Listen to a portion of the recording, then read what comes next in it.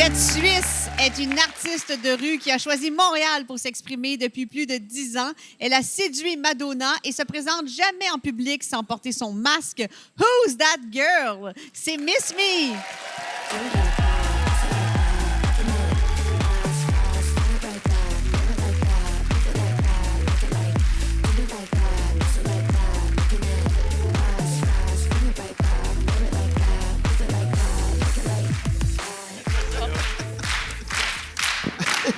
Bienvenue, Miss Me. Merci, merci. Miss Me, est-ce qu'il y a une raison pourquoi vous portez toujours votre masque en public? Alors, il y a toutes sortes de raisons. La première raison, c'est que le début de mon travail, je l'ai commencé dans la rue. Et le travail que je faisais était illégal. Donc, il y avait quelque chose où il y avait un petit peu quelque chose d'idiot, peut-être, à se mettre à côté de son travail. Mais surtout, en fait, j'avais envie d'enlever de la discussion le sujet de mon visage, le sujet de la beauté, le sujet de l'esthétique du corps de la femme. Mm-hmm. Je voulais qu'on parle juste de mon travail. En fait, j'avais quelque chose... Quand j'ai commencé mon travail, j'avais vraiment une espèce de trop-plein. J'ai fait un burn-out de la société en général, de toutes sortes de valeurs, etc. Et ça en faisait partie. Et donc, j'avais envie de parler juste des choses dont j'avais envie de parler. Et je pense que c'est un privilège qu'on prend trop peu dans nos sociétés, surtout en tant que femme, de genre pouvoir éditer les sujets dont les gens vont parler de nous. Et moi, je voulais juste parler de mon travail. Donc, j'ai enlevé le sujet des œuvres, des arts, de la création. C'est ça. J'avais pas envie qu'on parle de mon visage. Je veux dire, c'est quelque chose de tellement présent et tellement lourd dans notre société en tant que femme. J'avais plus envie. J'avais plus envie d'en parler. Donc, j'ai simplement décidé de l'enlever, en fait. C'est tout. C'est tout. Miss Me, tu es amie avec Madonna. Oui. C'est incroyable. T'es comme le plus proche de Madonna qu'on peut être. Puis, vous vous êtes rencontrés comment, Madonna et toi? On s'est rencontrés la première fois en ligne parce qu'elle a... Attends, ça, c'est le compte Instagram de Madonna qui publie sur toi, quand même, qui publie une de tes œuvres. Ouais. C'est quand même pas rien, là. C'est comme... Ça, c'était la première fois. Ça, c'était quand elle avait trouvé mon travail au Portugal, quand elle avait déménagé là-bas. Moi, j'avais posté... En fait, moi, quand je voyage, j'aime énormément voyager. La moitié de ma valise, c'est du papier. Et donc, quand je voyage, je laisse des cadeaux à toutes les villes où je passe. Je suis en fait une klepto inversée. Donc là, tu mets tes œuvres sur les murs un peu partout dans les villes. Comme tu l'as fait à Montréal, tu veux pas nous dire sur quelle rue parce que tu veux pas que la police t'arrête. Non, c'est pas une question de ça. C'est une question de... je crée des rencontres avec les gens qui vont être là. Il y a quelque chose qui a été tellement médiatisé dans tout ce qui est street art qui... Je pense, dénature en fait la beauté du fait d'être dans la vraie vie, de tout d'un coup se retrouver face à l'œuvre de quelqu'un qui a mis tellement de temps et de penser à faire quelque chose qui prend tellement de risques et qui est tellement en dehors de toutes les valeurs de la société, à savoir faire de l'argent, avoir l'air bien, mais juste pour le plaisir de l'art, le plaisir de partager une émotion. Et j'aime que ça reste comme ça. Et d'autant plus que, vu que ça reste illégal, j'ai pas non plus envie de vous dire où c'est et qu'après on aille le nettoyer ou que quelqu'un aille le détruire. Parce qu'il y a plein de gens qui aiment vraiment pas ce que je fais aussi. Je veux dire, ça, c'est une réalité. Mais est-ce que le monde, là, coupe des murs puis vole vos œuvres? Non, je suis pas Banksy. Non, mais ça m'a fait beaucoup penser à Banksy, justement. Mais tu sais, les gens vont voler mes œuvres, par contre. Ça m'est déjà arrivé. J'ai même chopé quelqu'un une fois. Donc, tu es au Portugal, tu mets tes œuvres un peu partout à travers la ville. Madonna voit ça. C'est ça? C'est ça. Quelques mois plus tard, elle est tombée dessus. Elle l'a mis sur son compte Instagram. Les gens lui ont dit, voilà, c'est Miss Me. Elle a commencé à me suivre et on a commencé à parler, en fait.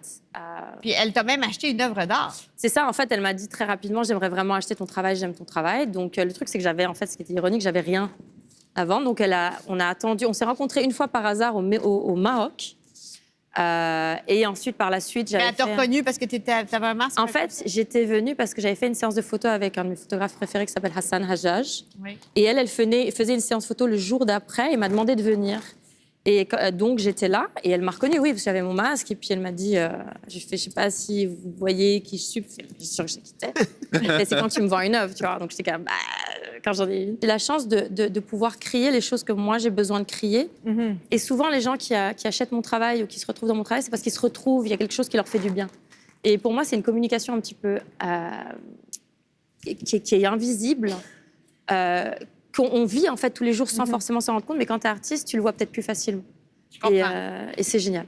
Donc oui, non, c'est ça. Puis on était dans la voiture pour aller au resto, puis voilà, puis la vie, c'est la vie. Donc voilà, on était là, ça s'est passé, ça a été mis sur les réseaux sociaux. C'est devenu un gros truc. Moi, ça m'a fait beaucoup rire. Oui, on a vu ça dans Fox News. C'est ça. Moi, ça me fait rire que la fois où je suis dans Fox News, c'est pour ça. Enfin, je veux dire, quand même.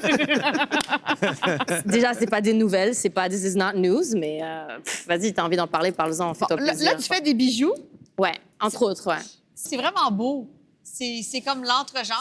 Oui, c'est vraiment ça. C'est une vulve, en fait. Puis ça s'appelle The All-Seeing Eye. Puis j'adore que tu fasses des bagues F Your Judgment. Maintenant, les gars en portent. There you go. Fuck Your Judgment. Ah ouais, parfait. Maintenant, celle de Martin. On la voit pas. C'est la même chose, mais c'est band. Hey, mais c'est ça. Dom, gifle Martin qu'on la voit vraiment comme vraiment, ça joue. Ouais. Puis, est-ce que c'est le même principe avec les bijoux? C'est que vous mettez des bijoux un peu partout dans les villes? Non.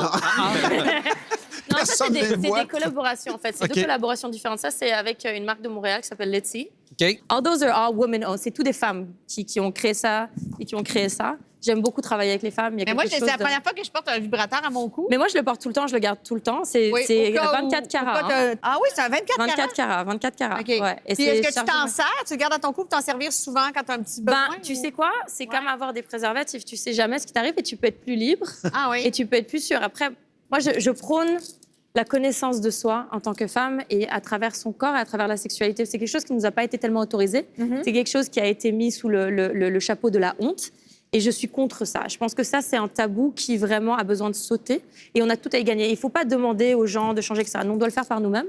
Et ça, c'est vraiment un outil extraordinaire pour pouvoir le faire. Déjà, pour le porter de manière fière. Parce qu'il y a quelque chose d'écrit dessus. Celui que tu as, c'est marqué « Be pretty powerful » et « pretty » et « barré ». Et celui que j'ai, c'est écrit « Thinking of you, barré, me ». Thinking of me. Ah! Tu dis aussi que les gens ont du mauvais sexe.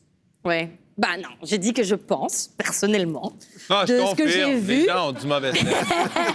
Je pense. Mais toi, c'est que t'as pas de sexe. Non, j'en ai pas, mais j'en ai eu du mauvais aussi. Mais tu peux avoir du sexe avec toi-même, hein, après, c'est ça. C'est genre... Ah, elle dit c'est drôle, moi je le dis. Oh, on sait quoi. Non, je pense effectivement que beaucoup de gens ont du mauvais sexe ou du sexe médiocre. Et je pense que ça passe par le fait qu'on se connaît mal, qu'on se connaît peu, surtout les femmes. Et quand je parle des femmes, je parle pour le plaisir de soi, mais même pour le plaisir de ton partenaire ou de ta partenaire, de toute façon, je veux dire. Mais je pense qu'il y a quelque chose où on a une certaine responsabilité de notre propre plaisir, et ça vient par la connaissance, et ça vient par lever le voile de la honte. Et en faisant ce genre de choses de manière très ostentatoire, de manière très fière, mais de manière très précieuse aussi, je pense que ça aide vraiment à ça. Moi, c'est quelque chose auquel je crois vraiment, parce qu'on n'a qu'une seule vie, et autant avoir le plus de connaissance de son propre corps possible, je veux dire. C'est vrai, Miss Me. Est-ce que tu penses que c'est important de provoquer, comme ce que dit Madonna? Je pense pas que c'est important de provoquer en soi. Je pense que la provocation est un outil, pas une fin en soi. Mais je pense que lorsque l'on provoque pour lever justement des tabous, je pense, nécessaires, il y a quelque chose de vraiment qui a besoin d'être changé. Parce qu'on ne provoque que si la personne n'est provoquée. La provocation ne vient pas de la personne qui provoque, mais vient de la réaction de l'autre. Oui, c'est ça. On ne contrôle pas la réaction de l'autre. C'est ça. Et tu vas être exposée au Planétarium de Montréal. Entre autres, oui. Voyons donc! Bravo. C'est donc belle fun, merci. Ça. Bravo, bravo. Ouais, je fais 2 shows en avril. J'en fais un à New York. Et j'ai fait une association avec le Planétarium de Montréal, avec une équipe extraordinaire, pour honorer les femmes scientifiques, astrophysiciennes, qui ont été oubliées ou mises de côté à travers l'histoire pour des questions patriarcales que l'on connaît encore très bien. Et donc, on a voulu les mettre en valeur et les honorer.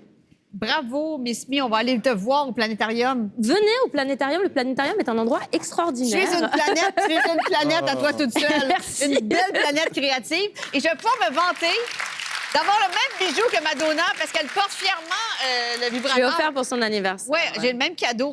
Yeah. Donc, je vais pouvoir avoir le même bijou qu'elle. Bravo. Hein? Use it well. C'est pas juste pour voir. C'est un bijou d'exploration. Bon, ben je vais aller m'explorer parce que pendant la pause... Pas besoin de parler dedans, je lui c'est pas un micro, c'est vraiment... je vais aller m'explorer pendant la pause. Et après